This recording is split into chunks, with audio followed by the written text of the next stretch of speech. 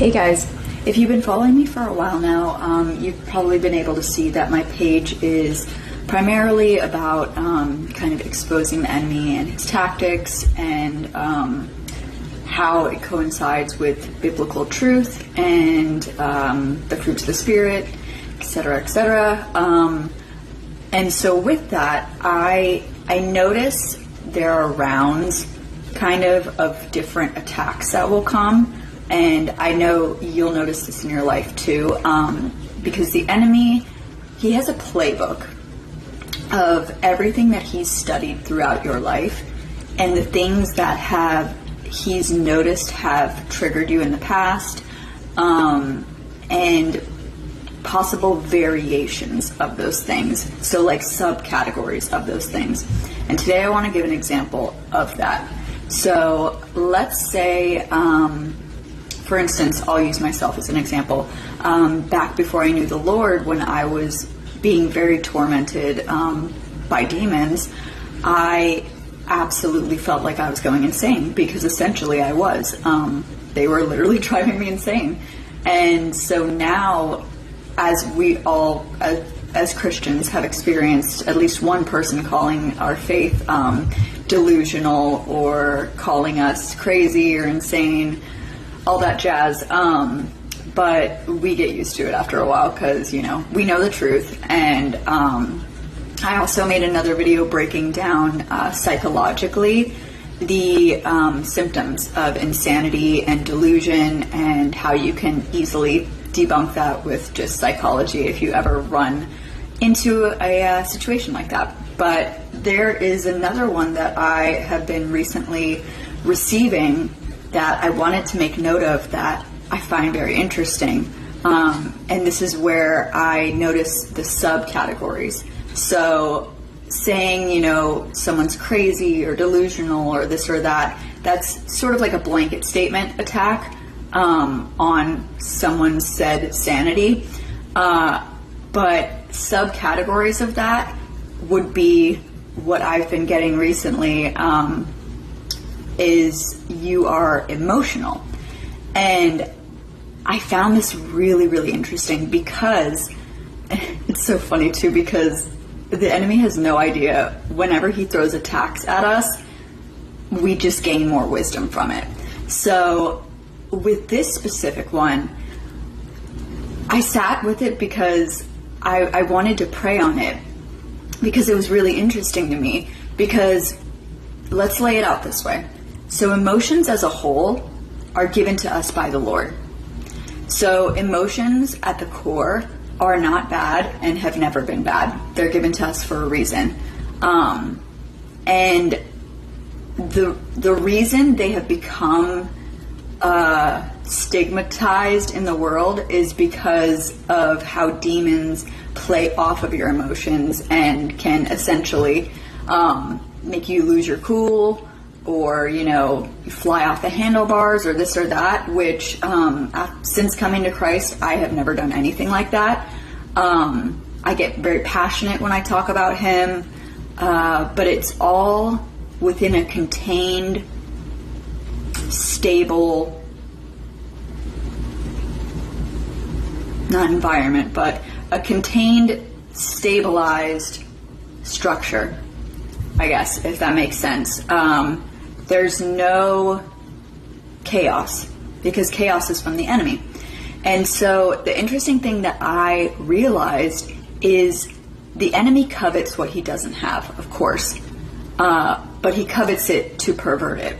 So the enemy has no idea what love is, you guys.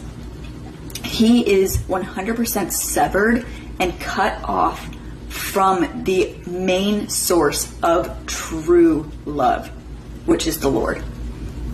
So he sees people walking in the Spirit who know what that real love is, and he wants to make them feel like they are crazy, because the world has perverted love, relationships, intimacy, and turned it into, if you want those things, or if you have your innate godly desire to want those things, then you're needy, you're emotional, you're this, you're that. Those were all things that were set up by the enemy. And that's why everyone's so miserable nowadays. Those who are not in godly partnerships, well, let me rephrase that. Not in godly partnerships, but also those who just aren't in Christ, period. Because us singles in Christ also know that we gain the love of the Lord, and that's literally all you need in the end, and fellowship. But yeah, I'm talking about hookup culture, or those in worldly relationships who, you know, feel like something's missing. But it's wild, because that's exactly what it is. If you ever get those attacks where you are passionately speaking on your faith in sound right mind, and someone attempts to tell you you are coming at something from an emotional standpoint, also you have to look at it this way too. An emotional standpoint that is not of the Lord will automatically be looking to exalt himself in one way, shape, or form. By either proving you're right, to exalt yourself, or excusing a behavior of yours, anything of that sort. So yeah, it's all of these subcategories to these attacks are really interesting, and something I'm definitely going to be praying on more, because I think there's a lot there. And I can also go in depth with racial attacks that I've been getting a lot over the past handful of months. They've been ramping up a lot too. Attacks on the fact that I have blue eyes, attacks on the fact that I have white skin. There's an entity that is really raging right now, and I actually wrote a lot of notes on this that I'm going to make a separate video on, because I think it is very much linked to the separation between Jews and Gentiles in the Bible, where it says that the salvation of the Gentiles will rouse up jealousy amongst the Jews that are still blinded.